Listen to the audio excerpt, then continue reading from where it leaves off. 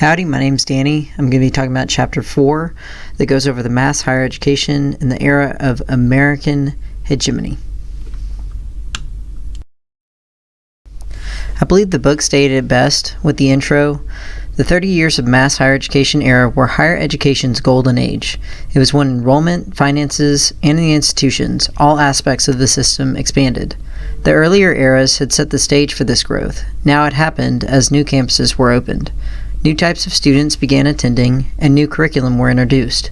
The trends in all areas accelerated.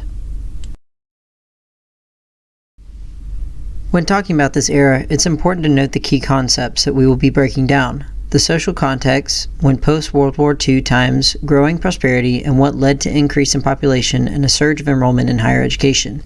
Equal opportunity, institutions, students, faculty, curriculum, governance, and finance.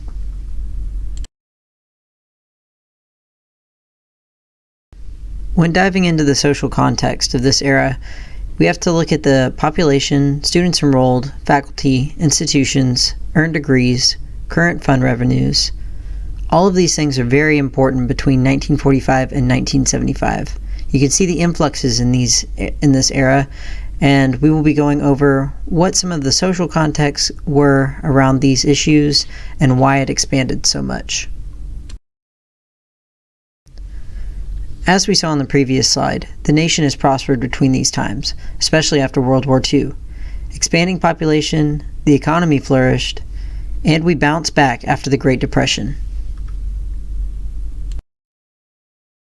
In 1944, the GI Bill was introduced, otherwise known as the Servicemen Readjustment Act, signed by Eisenhower. This increased college enrollment as students looked to go back to school after being out of the military. Almost half of the 15 million veterans went back into higher education. The mid to late 1940s was a time when the U.S. was really trying to find itself. It was trying to fight against communism, which led to more money being put towards research. $1.5 billion was spent on a radar for MIT, and $2 billion was put towards the atomic bomb research from university scientists. This led to universities receiving more federal funding to work on special research projects. The 1950s here in America are better known as the era of optimism. It's where baby boomers came and increased the U.S. population by more than 60%. Housing expanded as more Americans were owning homes than renting, which led to more disposable income after war times. As you can see down here, this is an example of some of the appliances that were bought in the common 1950s homes. It also led to a delay in time where young people had to enter the workforce, which led to massive increases in college enrollment. With the shift of increased enrollment in higher education, we see a shift from blue-collar jobs and industries to white-collar jobs and offices. Another key concept from this era is equal opportunity, where regardless of specific outcome, the categories of gender and ethnicity became firmly entrenched and remained prominent throughout the era and beyond. Racial desegregation became very prominent during this era, starting from 1890 when federal laws stating it was a states' rights issue. Then in the 1930s and 40s, NAACP pushed for equal education and employment. 1954 was Brown versus Board of Education. 1964, the Civil Rights Act helped with voting, public facilities, and job placement. And in 1968, President Johnson's Executive Order 11375 stated that you could not discriminate against people based on race when going for employment. Women's equality was next, ranging from 1966 to 1977. Title VII prohibited employment discrimination for women, and Title IX helped with education rights. These became the key promises where women gained equal protection, even when the constitutional amendment granting women's rights fell short in ratification. It is important to note the Mexican-American movement that happened in Texas. In the 1970s, Mexican Americans won the first leg of their fight for equality under the law in Texas as a minority group. Other marginalized groups were not so lucky in their gains for equality. It was practically unattainable during this era. This included prisoners, mental health patients, and homosexuals. Griggs v. Duke became a pivotal case to require Title VII to work. This ruled unconstitutional to require schooling that is not relevant to job performances and duties. Before, this was previously tipped in favor of white males who had privileges to education. The next key concept that we're going to look at is institutions. Institutions grew, although some regions of the United States were struggling to keep up with the growing enrollment. The most successful institutions were in the West, where many schools established branch campuses, made specialized colleges all-purpose, and opened community colleges. Reasons for the expansion included institutional variety, decentralized authority, multiple funding sources, and belief in open access. At the beginning of the era, most schools were single-sex institutions, but by the end of the era, only 14% of these institutions remained. Schools became secularized, when prior to the era, they were focused on religious backing. There were 4 types of institutions: research, comprehensive, proprietary, and community colleges. Federal money helped with research facilities and laboratories, such as the University of Texas, where they were on oil lands, University of Washington, where they expanded in graduate and research efforts, and the University of California, remaining strong in academic research. The public sector universities started to raise admission standards in order to divert less qualified students to community colleges. The number of institutions competing for research money from the federal government had flattened out towards the end of the era because the funding soon became too expensive. Higher education soon focused on access, social commitment, and community relations. Comprehensive institutions were state institution and regional universities focused in post-high school academics, normal schools, state-supported liberal arts colleges, schools of agriculture, instructing industrial arts and home economics, engineering, and business economics. Specialized institutions remained in-state school programs specializing mainly in teacher education and agriculture, but some offered business, engineering, and technology degrees. Most of the time, these degrees were less than the bachelor's and were more technical degrees. Tuition in these institutions were less than private, but more than community college. Half of the fund revenues came from state and local sources. The AASCU, or American Association of State Colleges and Universities, formed in 1961 to give voice to this expanding sector. Liberal arts colleges were considered institutions with a strong liberal arts tradition and also offered modest occupational programs, thus blurring the line between comprehensive and liberal arts colleges. These were also considered public institutions under 1,000 and private institutions under 1,500. Many liberal arts institutions decreased during this era, as many students sought out an education that would ready them for a job straight out of school. New types of colleges emerged during this era. Private junior colleges that did not fare well due to cost of institutions, community colleges that grew exponentially during the era and had many differences in the programs offered, and proprietary schools.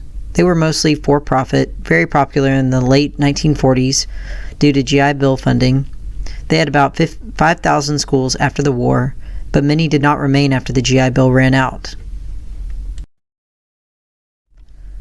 One of the most important aspects of this era were definitely the students. This era brought in student access and activism. Enrollments increased by 500%, from 2 million to 11 million. Access was made more readily available, and it became common to consider anyone who was not attending college to be misguided. With growing access, institutions soon began to question how they could grow and get more students involved. They also began to question why students did not take advantage of education. Family income soon became a high correlation with attendance patterns, which led to more federal funding based off of income. Steps were taken to encourage Black, Hispanic, and Native American students to attend college. Women's access increased along with the previously stated social impacts. People with disabilities started attending college during this era at a much higher rate. With the Rehabilitation Act of 1973, students with disabilities who met academic and technical standards could not be denied access to a higher education. Standardized tests became a measuring tool for higher education during this era. Activism that started in the 1960s questioned social values and attempted to rectify perceived injustices. Protests included college grading systems, desegregation, voting rights, civil rights, curriculum irrelevance, and the Vietnam War draft. They protest with parades, sit-ins, and outrageous demands. Worldwide student issues were also very common. They fought against the unpopular war, civil rights, curriculum and instruction forms, environmental issues, and fighting against the evils of the corrupt world. As activism continued, we see a shift in the subculture. This is where much of what we see today. It became more centered on the students' feelings, even if it didn't align with the school's traditions or regulations. We also see divides between grad students and undergraduates, non-residents versus residents, part-time versus full-time. We also see the divide in students who are protesting versus the young patriotic groups. This is also a difficult time for administrators. Universities were left vulnerable. They had to decide how to handle free speech and had their hands tied if students wanted to see the university as a platform of action. Students were demanding immediate action, regardless of how unreasonable the requests were. Ultimately, it led to some administration turning a blind eye and some just listening to students as counselors. The social norms on campus, where protests led to draft ending, less strict campus rules, and open residence halls. Some of the negative impacts were federal funding to universities took a hit in the late part of the era. Some believes it could be part of this activism. During this era, faculty professionalism grew as salaries increased up to a livable wage. Around the 1970s, unions started to form. A tenure system had two schools of thought. One, protect members from dismissal, and two, others saw it was a way to keep faculty who were no longer productive. Demographics increased for women up to 33% by the end of the era. Minorities were up to 8% at the end of the era. Both of these groups were largely focused in community colleges and humanities. The larger push for faculty members led to a much younger faculty population. Religion also played with non-discrimination laws. Salaries increased up to a livable wage by the end of the era, and staff positions were brought in to help with counseling, advising, and registration officials. However, the money for these positions often interfered with faculty salaries. There was a condition shift at the end of the era where schools were very worried that there was going to be a decline in student enrollment, so they cut back on that support staff. Students weren't prepared for vigorous academics and higher education, so it led to more remedial classes that faculty did not want to teach. Students wanted degrees in practical fields such as agriculture, business, and health, which led to a poor distribution of professors who at that point were largely humanity-driven. Academic freedom was largely impacted during this era, starting in the 1940s with loyalty oaths, where staff members had to sign oaths to sign a disclaimer saying that they were not part of the Communist Party. In 1946, several professors were dismissed with alleged ties to the party. In the 1950s, some schools rescinded the requirements of loyalty oaths. However, across the nation, there were several people that believed if you were part of the Communist Party, you could not remain on staff.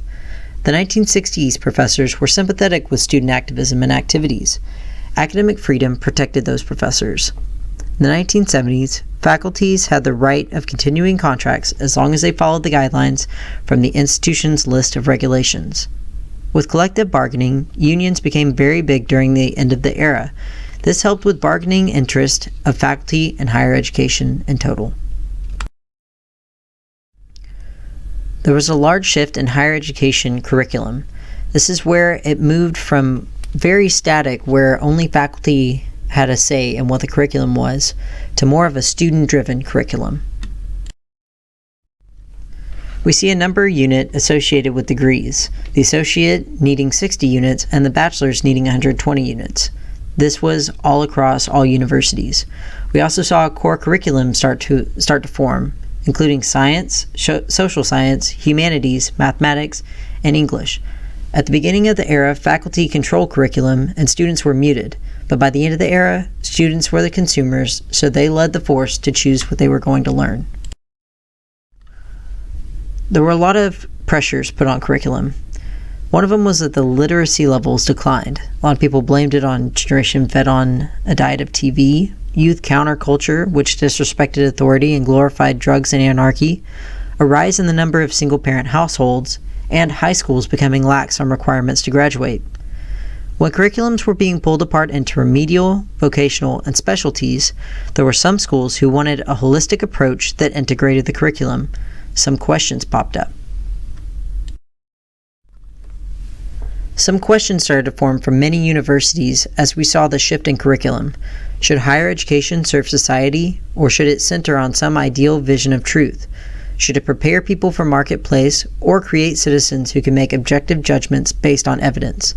The vast majority of institutions attempted to do everything, as we see today. With curriculum, instruction was a key aspect. Innovations in instruction were common during this era. In the 1960s, a Rate My Professor type evaluation began. The Keller Plan in 1966 was a form of self-paced instruction, and supplemental instruction, better known as SI, formed in the 1970s. During this era, the United States public saw higher education as good, and the attitude started to form that the governance for these institutions should fall on the state rather than federal government. The states formed a commission to comply with the Section 1202 of Higher Education Act.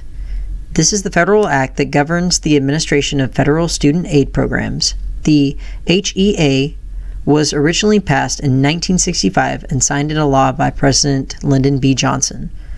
Each of these commissions had 8 to 29 delegates. They initially worked, but did not last. Instead, management was added. Administrators split into 3 groups. Academic Affairs, which mainly housed the deans of schools, library director, registrar, and financial aid officers. Student Affairs, where housing, food services, counseling, placement, student organizations, and student health. And Business Affairs, which housed financial operations, facility services, security, purchasing, mail, and administrative computing. The role of the president also shifted from a leader of an educational program to a manager of bureaucracy. Accreditation became a strong driving force in higher education. To become more centralized, accreditations came from governing agencies. These groups established standards that all institutions were to meet. The process took a little over a year, but could last as long as 10 years. If the institution did not meet the standards, they were put on probation and given a period of time to improve. Finances seem a bit shaky during these 30 years, but it is realistic to say that this era is where higher education thrived. In these sources of support, you can see the differences between 1945 and 1975. Both money received and property values increased tremendously during this era. Support of federal funding from the government decreased in the 30 years of this era once the universities started to thrive on their own. Staff salaries were hit from large employment from the Higher Education Act, which led to small wages. The attitudes about faculty pay also led into the small wages for staff. Federal support shifted from research efforts to aiding students to go back to school towards the end of the era. Measurement outcomes are the student flow-through, which is the number of degrees awarded versus the number of students enrolled, and job placement. Measure students' learning with their change in attitude while they're in college, and the benefits that graduates of higher education bring to society. Personal and social benefits are the positive links in the following: job satisfaction, participating in political activities, pursuit of cultural interest, interpersonal relationships, and the development of personal goals and philosophy. Overall stated that college graduates have good jobs and outcomes. Another important note is the effect education had on the economy. This produced highly trained workers and led to better work and a better economy. Research was the emphasis on research changed in higher education. Bonds grew between universities and industries supported in the benefit of the research. In conclusion, Higher education at the end of this era went from a snowflake into a rolling snowball hurling down a hill. Increasing in size and strength, it was on a clear set path by the end of the era and was not turning back. I referenced our book, Chapter 4, Mass Higher Education in the Era of American Hegemony.